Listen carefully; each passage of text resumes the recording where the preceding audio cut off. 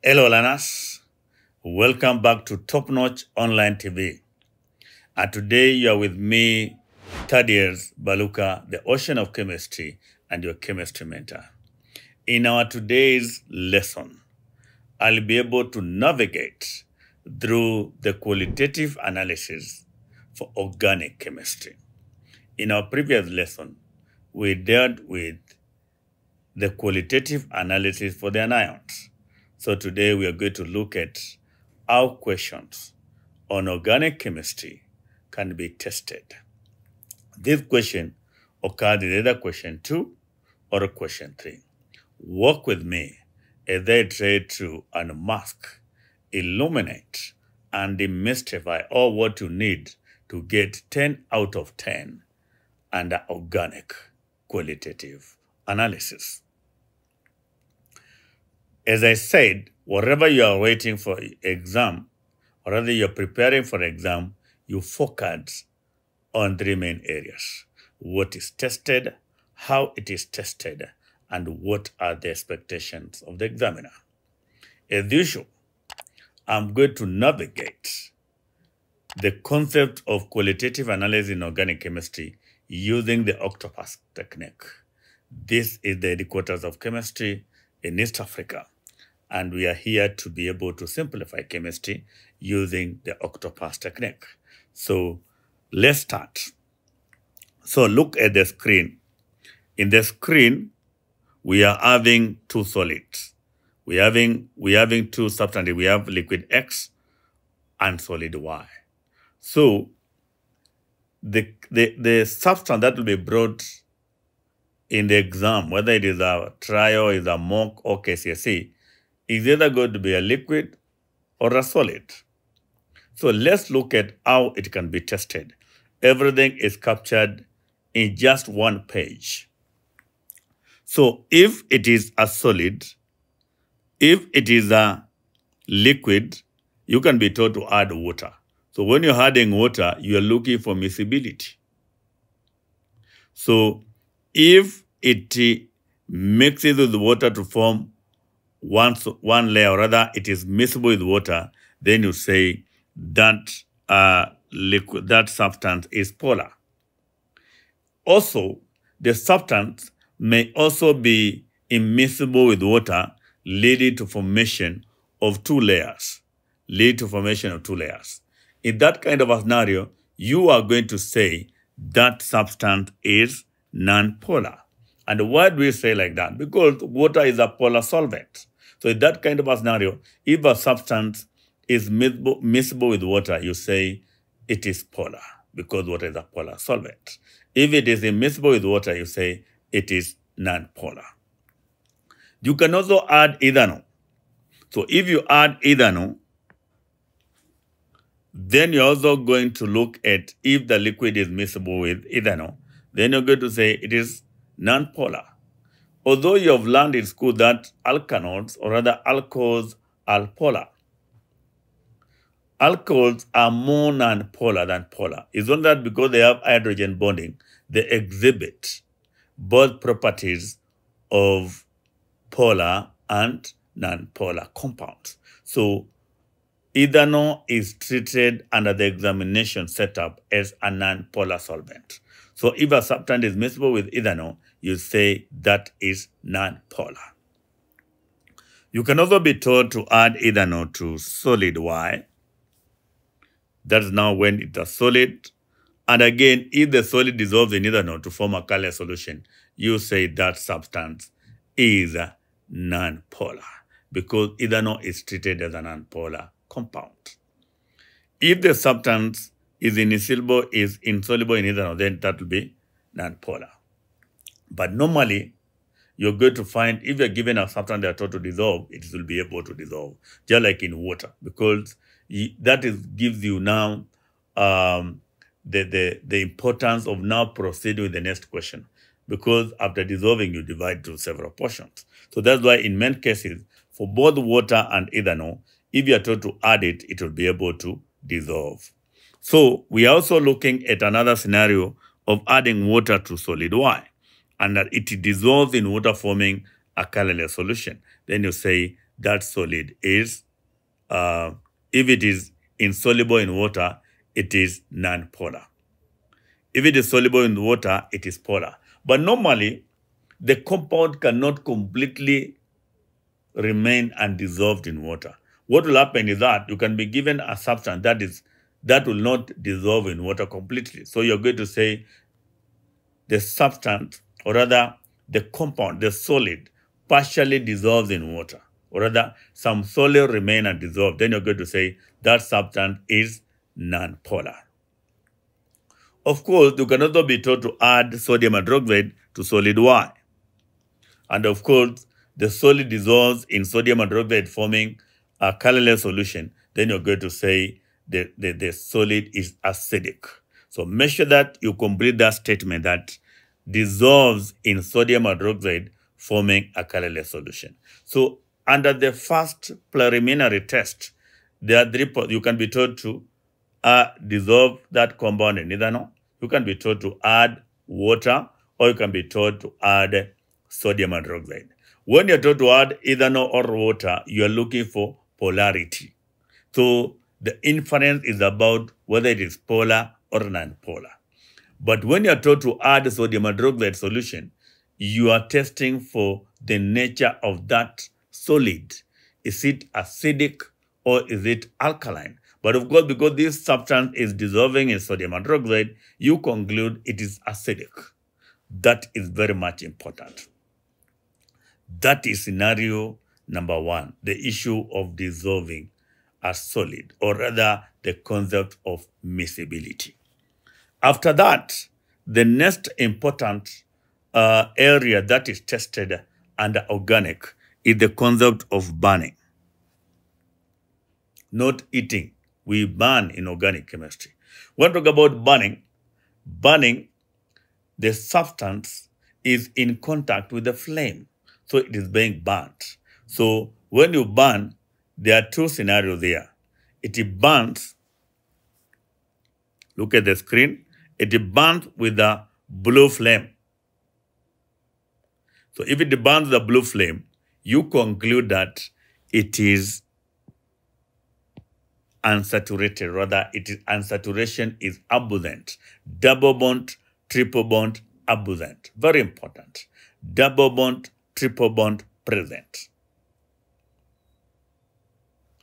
If it burns with a yellow sooty flame, then you say double bond and a triple bond is present. So that is very much important. I want to clarify this.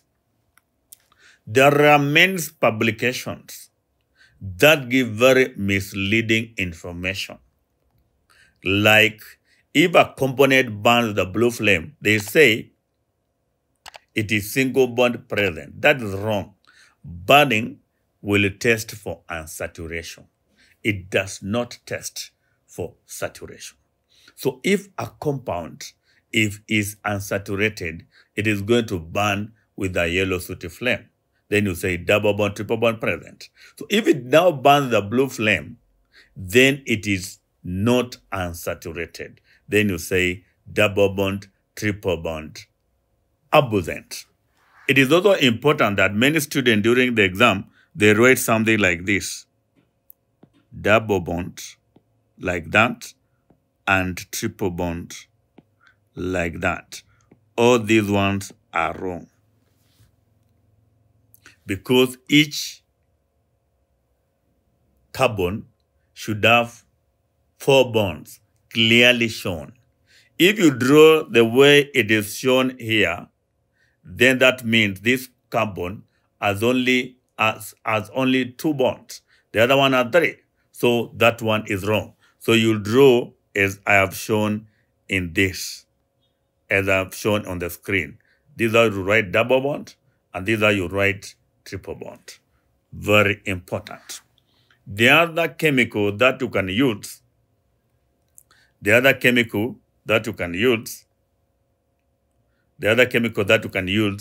is the use of bromine water. So bromine water is shown here When you add bromine water, there are only two possible observations.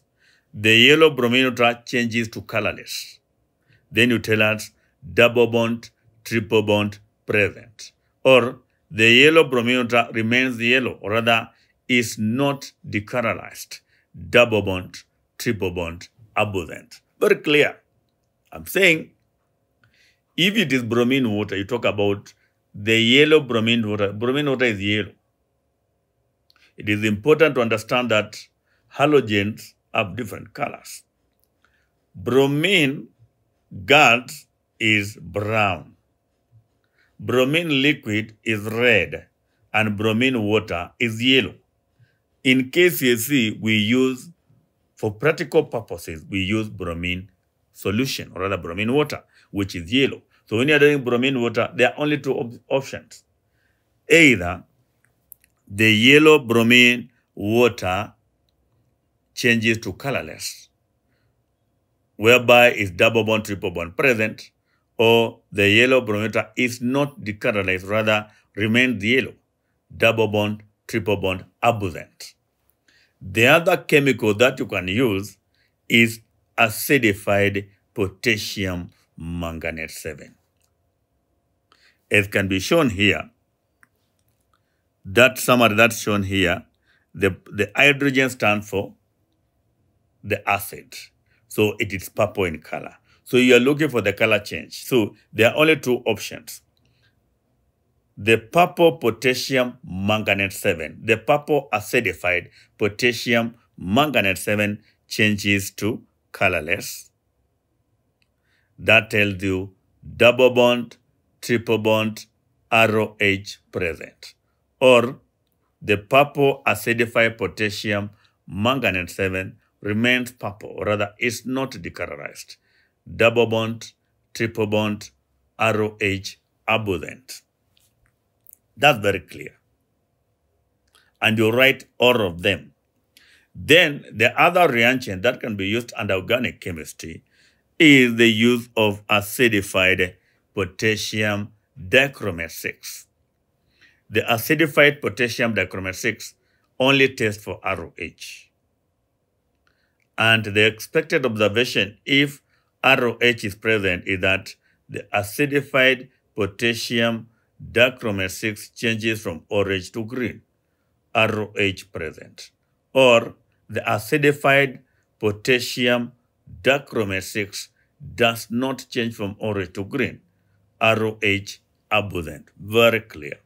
Again, there are some publications that have erroneously captured dichromate 6 as testing for double bond and triple bond.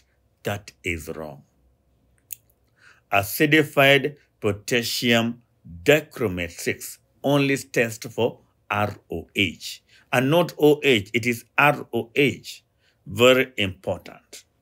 Then the other reagent is either sodium carbonate, sodium hydrogen carbonate, or magnesium.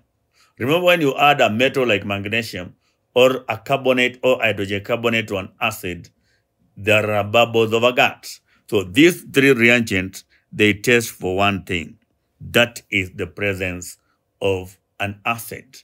And because we talk about organic chemistry, we are talking about the carboxylic acid, whereby the functional group is the carboxyl group. So when you add a sodium carbonate or hydrogen carbonate or magnesium, and there are bubbles, or rather there is effervescence, then you conclude RCOH is present. If there is no effervescence, then you say RCOH is absent. Remember that you can also be taught to test the gas produced using a burning splint. So if the burning splint is extinguished, then you tell us that is, of course, that means whatever, if you have added that, that is a carbonate. Because if you're adding either sodium carbonate or sodium hydrogen carbonate, then automatically, and you're taught to test the gas using a burning splint, the burning splint is extinguished. That's still the inference is still RCOH present. Remember, you can also be tested for the gas produced when you add magnesium. metal, whereby you're going to say now the burning splint is extinguished with a pop sound, not burned with a pop sound. Hydrogen extinguishes the burning splint with a pop sound. Then the other reagent that can be added is the universal indicator together with pH chart, as can be shown here. So when you add universal indicator, you can get a pH of 1, 2, or 3. That tells you that substance is strongly acidic, not strong acid, strongly acidic. Or it can be a pH of 4, 5, 6, whereby you're going to say that substance is weakly acidic. Very important. Then we can have a pH of 8, 9, 10, whereby you're going to say this is weakly alkaline or weakly basic. Or we can get a pH of 11, 12, 13, or 14, and then you say this is strongly basic, not strong base. Then we can have the use of sulfuric ethanol, followed by conc sulfuric 6 acid. But normally, for purposes of practical, we'll not use conc sulfuric 6 acid. Conc sulfuric 6 acid is normally used in theory. For practical purposes, as I said in the previous topic about the analysis of anions, we don't test. We don't carry out any practical using concentrated acid because of the safety precautions. So when you add an ethanol and you add an acid, then you're going to warm. Then you're looking for the smell. So you're normally carrying out esterification. So when you add ethanol and you get a pleasant smell, the pleasant smell that tells you that is an ester. So if that is an ester, then automatically whatever you are testing must be an alkanoic acid. Then therefore you say RCOH present. If you add ethanol and there is no pleasant smell, ethanol plus sulfuric 6 acid, and there is no pleasant smell, then automatically say RCOH is absent. Very, very important for you to be able to understand that. So remember, you can also use an alkanoic acid, then a sulfuric 6 acid, then you warm. If you get a pleasant smell and you have added ethanoic acid, then you tell us ROH is present because it's an ester. Very important. Then those are the areas in which organic can be tested, organic qualitative and can be tested. But I want to add a few things here. One, that organic qualitative analyses are independent of each other. You have to understand that. Underline that keyword. Organic qualitative analyses are independent of each other. That means you can burn a solid, it burns a yellow sooty flame, then you say double bond, triple bond present. The next test, you add bromine water to the same solution. Then the bromine water is not decarolized. Then you tell us double bond, triple bond, absent. You are okay. There is no correlation between the first and the second test. The concept of elimination method does not apply under organic chemistry. You can add dichromate 6, does not change from orange to green. You say ROH absent. Then in the next test, you add potassium manganate 7, and it changes from purple to colorless. You're going to tell us double bond, triple bond, ROH present, even if you have said in the previous test, they are absent. So there is no correlation. And that makes the organic qualitative the organic qualitative analysis very easy because you can cram, because you don't refer to what you said in the previous test. That's the confusion that in many times a student get confused. Number 2, stick to use of the word changes. Don't talk about terms. Number 3, you have also been told that organic acids are weak acids. That's a fallacy. That's a misnomer. That is because some organic acids can be strong acids. Any organic acid that has more than one carboxyl group or any organic acid with a benzene ring will be strongly acidic. So it is important to capture that. And we have come to the end of our beautiful lesson today. Keep on subscribing, keep on following the Top Notch Online TV, whereby we continue to provide you with distilled and refined content. Like, and also if you have a question, you can put it under the comment section. Until next time, bye-bye.